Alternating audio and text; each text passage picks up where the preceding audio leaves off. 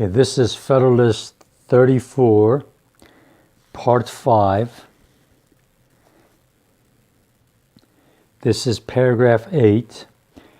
But let us take a view of the large debt which we have ourselves contracted in a single war. And let us only calculate on a common share of the events which disturbed the peace of nations.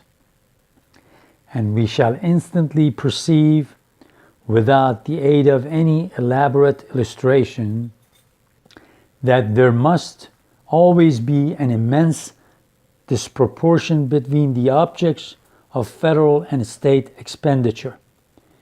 It is true that several of the states separately are encumbered with considerable debts, which are an excrescence of the late war.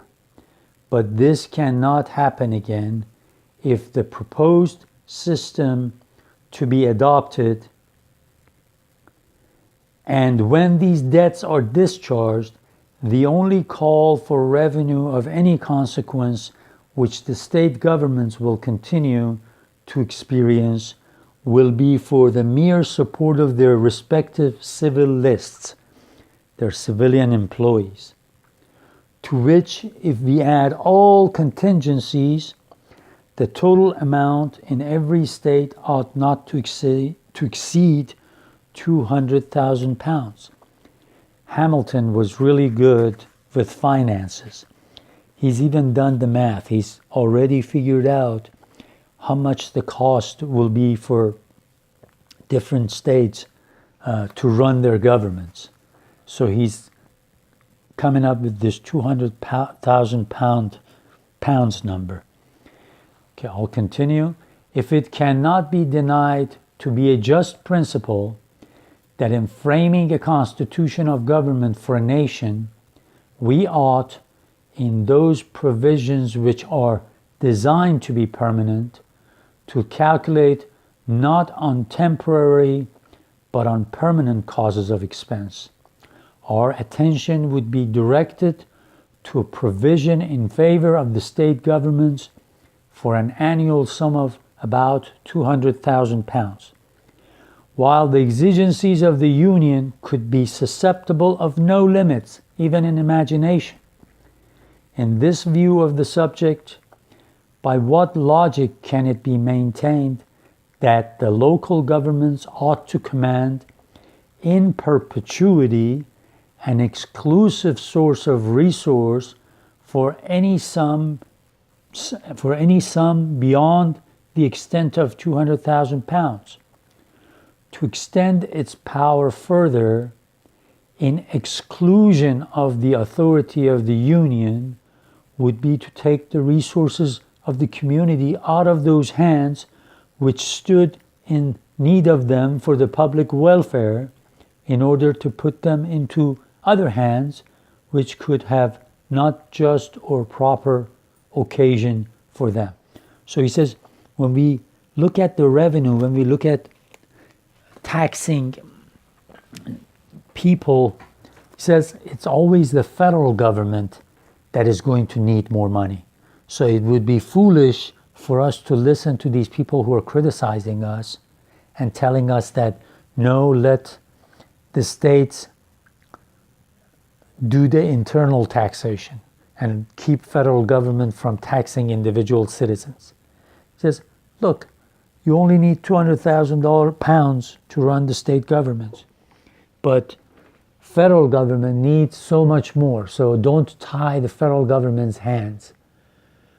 I'll continue. Suppose then the convention had been inclined to proceed upon the principles of a repartition of the objects of revenue between the Union and its members in proportion to their comparative necessities.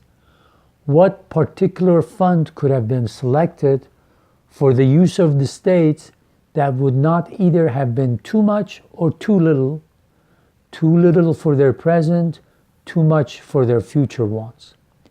As to the line of separation between external and internal taxes, this would leave to the states, at a rough computation, the command of 2/3 of the resources of the community to defray from 1/10 to 1/20th part of its expenses, and to the union 1/3 of the resources of the community to defray from 9/10 to 19th, 20th of its expenses.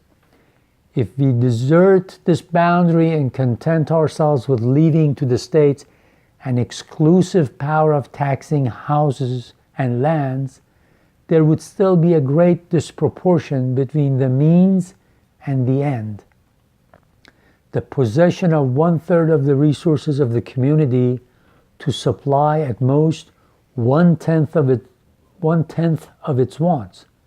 If any fund could have been selected and appropriated equal to and not greater than the object, it would have been inadequate to discharge of the existing debts of the particular states and would have left them dependent on the union for a provision for this purpose.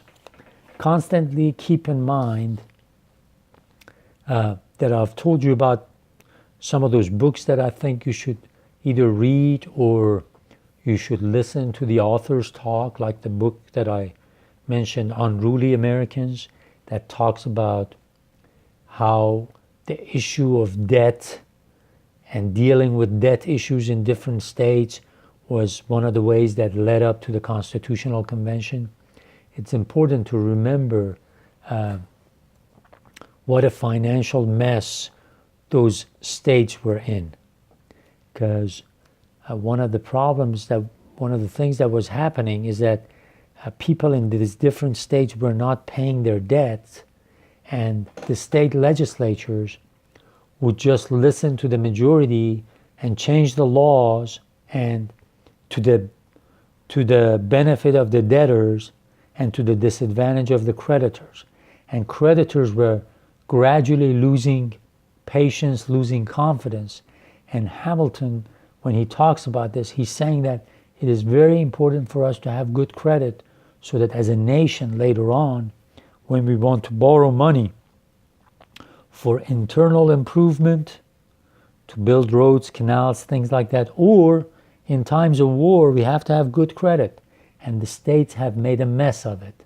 So let's plan on taxing the individuals in a way that the federal government has enough money where it doesn't have to go borrow money from foreigners to conduct a war that will happen to us.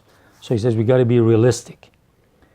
Okay, and in the next paragraph, the preceding train of observations will justify the position which has been elsewhere laid down, that a concurrent jurisdiction in the article of taxation was the only admissible substitute for an entire subordination in respect to this branch of power of state authority to that of the Union. Any separation of objects of revenue that could have been fallen upon would have amounted to a sacrifice of the great interests of the Union to the power of the individual states. The convention thought the concurrent jurisdiction preferable to that subordination, and it is evident that it has at least the merit of reconciling an indefinite constitutional power of taxation in the federal government with an adequate and independent power in the states to provide for their own necessities. There remain a few other lights in which this important subject of taxation will claim a further consideration. So here he says it's a good idea that the federal government, that the Constitution, the way it was written, allows federal government and state governments to have concurrent taxation, to be able to tax the individuals. Both of them can tax the individuals. This way, both the state government will have enough revenue to run the government, take care of people's business, and the federal government will have enough money to defend people in times of rebellion, insurrection, or from foreign invasion, which he says definitely will happen because we are not strong yet. This will happen. And as you will learn in American history, in 1812, the British came back again, came and invaded the country again. And then the further you go, there are some rebellions, slave rebellion, and then the major war, the major civil war of America. So he's very smart about what might happen in the future and how we should not tie the hands of the federal government.